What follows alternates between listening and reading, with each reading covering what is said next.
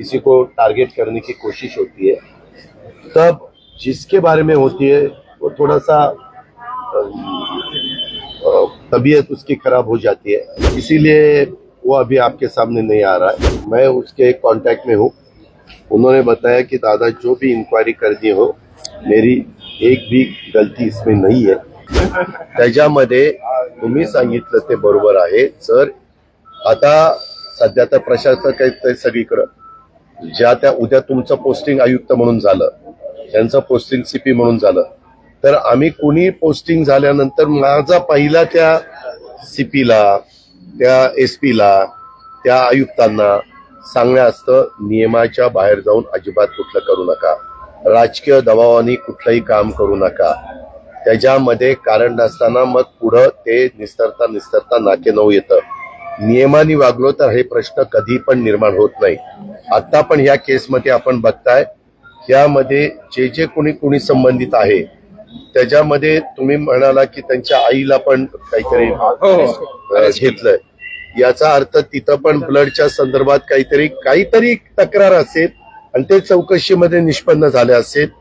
त्याच्यामध्ये रोज आम्ही एवढंच सांगतो की चौकशी अतिशय पारदर्शकपणे करा, कुणाचाही तिथं हस्तक्षेपाला वाव ठेवू नका आणि कुणाच्याही दबावाला बळी पडू नका, कारण ही मॅटर आता जनतेची मॅटर झालेली आहे। दादा, छगन भुजबळांचं जे काही सातत्याने जी वक्तव्य येतात माहितीमध्ये संभ्रम निर्माण करणारे आहेत, अशा पद्धतीने अजिबात संभ्रम निर्माण आमच्यात होत नाही, काळजी करू नका। दादा, तुम्ही गुटखा बंदी केली होती, थारार पाटलांची दासबार बंदी केली, दारूबंदी या पासून पब असेल, बार असेल, डान्सर असेल, सगळं मूळ दारू आहे।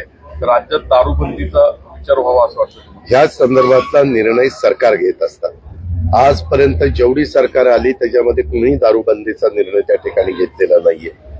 काही जिल्ह्यामध्ये आपण बंदी केली, उदाहरणार्थ वर्धा, उदाहरणार्थ चंद्रपूर, असे काही जिल्ह्यामध्ये बदली त्या ठिकाणी झाली। त्याबद्दलचा निर्णय हा धोरणात्मक असतो। मागे सभागृहामध्ये देखील जसं इथून पुढे दारूची कुठली दुकानं की देण्यात येऊ नये असा एक ठराव झालेला आहे ह्याचा विधिमंडळाचा, आणि त्या पद्धतीने आपण दारूची दुकानं त्या दिवसापासून बंद केलेली आहे। आणि आता हा जो नवीन प्रश्न आलेला आहे त्याच्याबद्दल आता आचारसंहिता आहे, आम्ही आचारसंहिता उठावी म्हणून प्रयत्न केलेला होता, शिथिल करावी म्हणून, परंतु निवडणूक आयोगाने सांगितलं 6 तारखेपर्यंत आम्ही काही ती शिथिल करणार नाही। त्यामुळे आम्हाला पण बैठका घेत असताना ऑथेंटिक बैठका, अजेंडा काढून बैठका घेता येत नाहीयेत, परंतु आम्ही माहिती तर टँकरचं कसं चाललंय, टँकर व्यवस्थित पिण्याच्या पाण्याचे मिळत आहेत का, कुठं काही चाऱ्याच्या संदर्भातले काय प्रश्न आहे, कुठं अवकाळी पाऊस पडला, वादळी वारं आलं, त्याच्यात काही नुकसान झालं, त्याचे पंचनामे झालेत का, बियाणं लोकांना मिळत आहे का, खतं मिळत आहेत का, खरीप पूर्व जी तयारी करायची असते, क्रॉप लोन वगैरे ते मिळते का, अशा प्रकारचा आढावा मुख्यमंत्री त्या ठिकाणी घेत आहेत।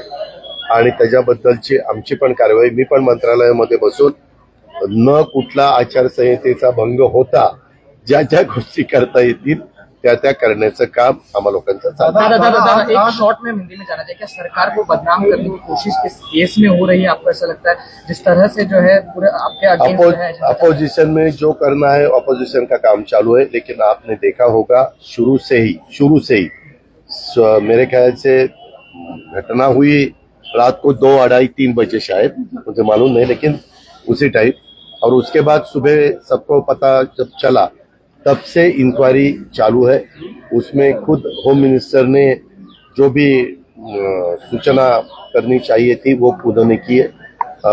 हमारे चीफ मिनिस्टर ने भी उसमें इस केस के बारे में जो भी डिपार्टमेंट को बताना चाहिए वो उन्होंने बताया, मैंने भी गार्डियन मिनिस्टर के नाते बताया।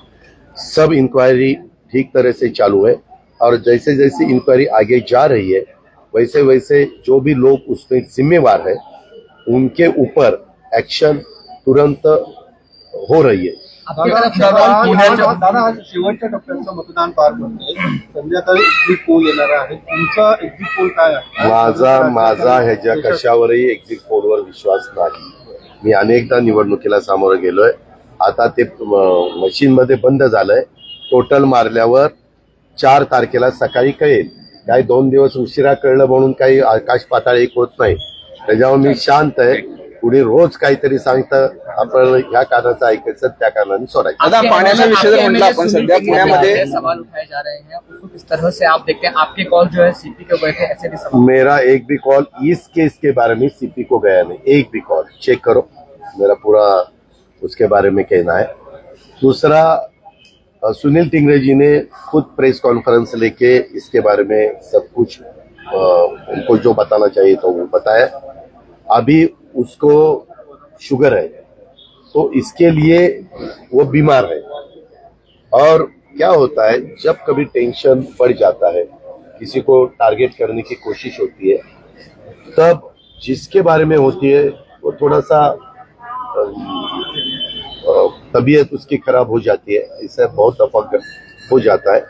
इसीलिए वो अभी आपके सामने नहीं आ रहा है.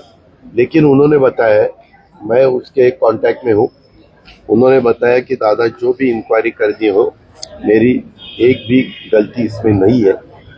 और वो इंक्वायरी के लिए, सब इंक्वायरी के जो भी सवाल पूछेंगे वो सवाल को जवाब देने के लिए वो तैयार है. रिंग रोडचं टेंडर आलेलं आहे पुण्याचं, 40% अबाउट टेंडर आलेलं मी आहे. पेपरला वाचलं ती बातमी, परंतु 6 तारखेपर्यंत आचारसंहिता आहे. पुन्हा काय होतं, तुम्हीच प्रश्न विचारता, आचारसंहितेच्या काळात तुम्ही कशी काय डायरेक्शन दिल्या. त्याच्यावर 6 तारखेच्या नंतर त्याच्यामध्ये रस्ते विकास महामंडळाकडे ते डिपार्टमेंट ते काम आहे, ते PWD कडे किंवा दुसऱ्या कुणाकडे नाहीये. त्याच्यावर दादाजी भुसे आणि मुख्यमंत्र्यांशी मी त्या ठिकाणी बोली. असं इतकं 40% जास्त याचं काही कारण नाही. त्याच्याबद्दल शेवटी जनतेचा पैसा योग्य पद्धतीनेच त्याच्याबद्दलची कारवाई केली. महाराष्ट्रातील सर्व बातम्यांचे विश्वासार्ह व्यासपीठ,